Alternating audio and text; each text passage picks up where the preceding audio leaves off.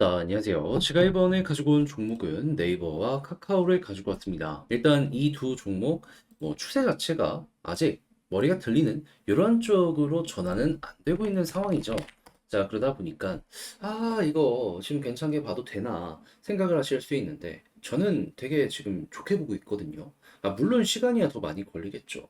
여기에서 한 달 정도 더 길어질 수도 있어요. 하지만 일단 지금 여기서 더 안 빠지는 상황이 오게 된다면 편안하게 볼 수 있지 않겠습니까?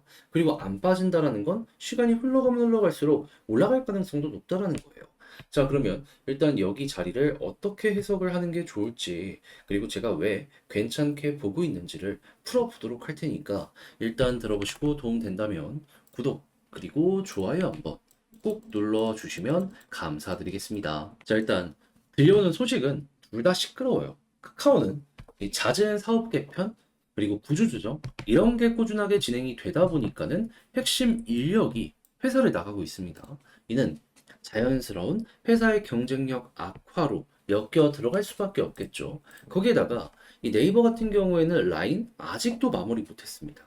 그러면 이제 사업의 계획이 계속 어그러진 상황으로 유지가 될 수밖에 없고, 이는 성장 동력의 악영향으로 엮이겠죠. 자, 그래가지고 이 둘 모두 이러한 악재들이 있는데, 근데 최근의 하락이 이러한 내용 때문이냐? 아니요.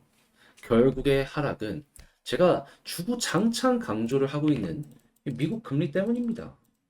음? 계속 금리 인하에 대해서 얘기하다가 금리 인하에 대한 가능성이 쭉 떨어지고, 그래서 주가 빠지고, 금리 인하에 대한 가능성이 좀 올라가니까 머리 들리려고 하고, 그러니까 이게 지금 반복되고 있다니까요. 왜 그런지 핵심만 다시 한번 짚어드리도록 하면은, 자, 이 둘은 기술주죠. 근데 그러면서 성장주이기도 합니다. 근데 지금 당장의 실적과 시가총액을 보면은 시가총액이 비싸요. 왜 그런 걸까요?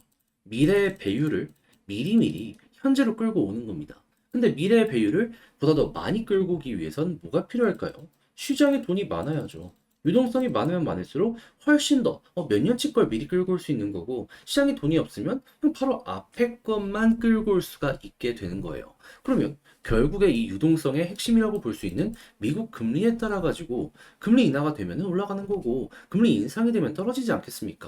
실제로 가격의 하락이 시작이 되었던 여기 기억하시겠지만, 쪼개기 상장도 카카오 쪽에선 있었지만 네이버는 이때 그런 얘기 없었는데 쭉 빠졌거든요. 왜? 금리 인상 시작하니까 계속 인상될 때마다 급락했습니다. 그럼 마찬가지로 금리 인하를 한다면 올라가겠죠.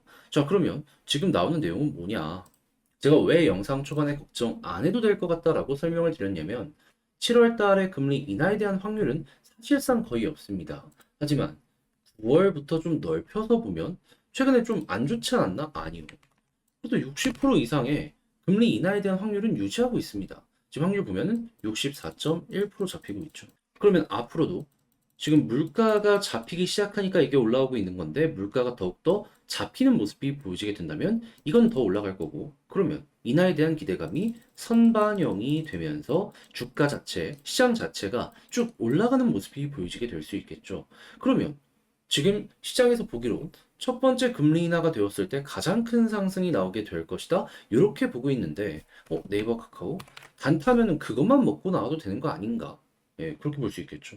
그리고 설령 9월 달 금리 인하를 안 한다라고 하더라도 11월 달, 12월 달 확률 보면은 지금 12월까지 두 번의 금리 인하도 할 수 있다라는 얘기가 들려오고 있는 상황이기 때문에 그냥 편하게, 시간은 우리 편이구나, 이걸 기본 바탕으로 깔고 전략 구성하시면 좋겠어요. 자, 그러면 이런 상황 속에서 수급 이거 좀 보면은 이제 기관 쪽은 매도가 둘 다 보여주고 있는데, 근데 이제 외국인이 한 번씩 한 번씩 좀 간을 보는 듯한 움직임이 보여지고 있거든요. 근데 이 금리 인하가 진행이 되면 한국과 미국의 금리 스프레드가 줄어들 수가 있거든요. 하면 무슨 일이 벌어지나요? 원 달러가 좀 좁혀집니다. 그러면 자연스럽게 외국인이 원화를 구매하는 요 힘이 세질 수가 있다라는 거잖아요. 그럼 원화 구입이 계속되면은 그 환으로만 가지고 있는 사람도 있겠지만은 투자하는 이들도 있을 거란 말이에요. 한 번 들어가면 계속 들어간다. 야, 이건 생각했던 것보다 힘이 셀 수도 있겠는데. 예, 해서 외국인 쪽에서 조금 더 둘 다 좀 힘을 더 해주는 모습이 보여지게 된다면 우리가 기대할 수 있는 최고의 호재 중에 하나가 아닌가 정도로 이 부분은 해석을 해보시면 좋을 것 같습니다. 자, 그렇게 해서 이제 올라가기 시작을 한다면은 이제 어떤 걸 좀 봐야 되느냐. 당연히 핵심 키워드는 금리 인하이기 때문에 과거 2019년 이거 예시로 계속 들려드렸던 부분이죠. 금리 인하 계속 되니까 이렇게 올라갔거든요. 여기가 이제 코로나 때문에 빠진 거고. 그러면 이번에도 금리 인하의 끝이 보여진다라는 내용이 나오기 전까지는 홀딩하면서 우상향 만들어 가시면 되는 거고요. 금리 인하의 끝이 보여진다? 그럼 거기서 이제 마무리해야 되겠구나, 매도를 해야 되겠구나 생각을 하고 저금리가 유지가 오랫동안 된다면 그만큼 또 좋은 요 행보가 나올 수 있으니까 그 다음엔 이걸 발라먹자라는 생각으로 네, 보시면 되겠습니다.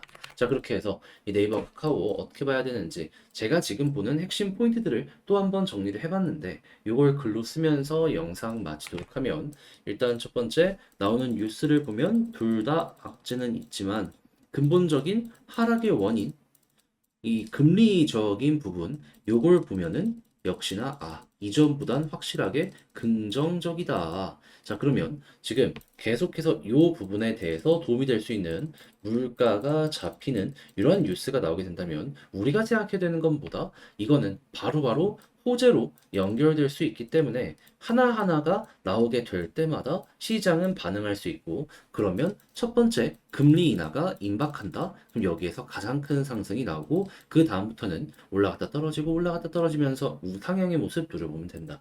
자, 그리고 금리 인하에 대한 끝이 보여지게 된다면 거기가 마무리죠. 그리고 그 기간으로 본다면은 지금 떨굴 게 되게 많이 남아 있거든요. 시장에서 보기로는 2%대까지 가게 될 것이라는 얘기가 참 많이 들려오고 있습니다. 그럼 거의 1년에서 1년 반은 주구장창 금리 인하를 할 수도 있다라는 거예요. 예.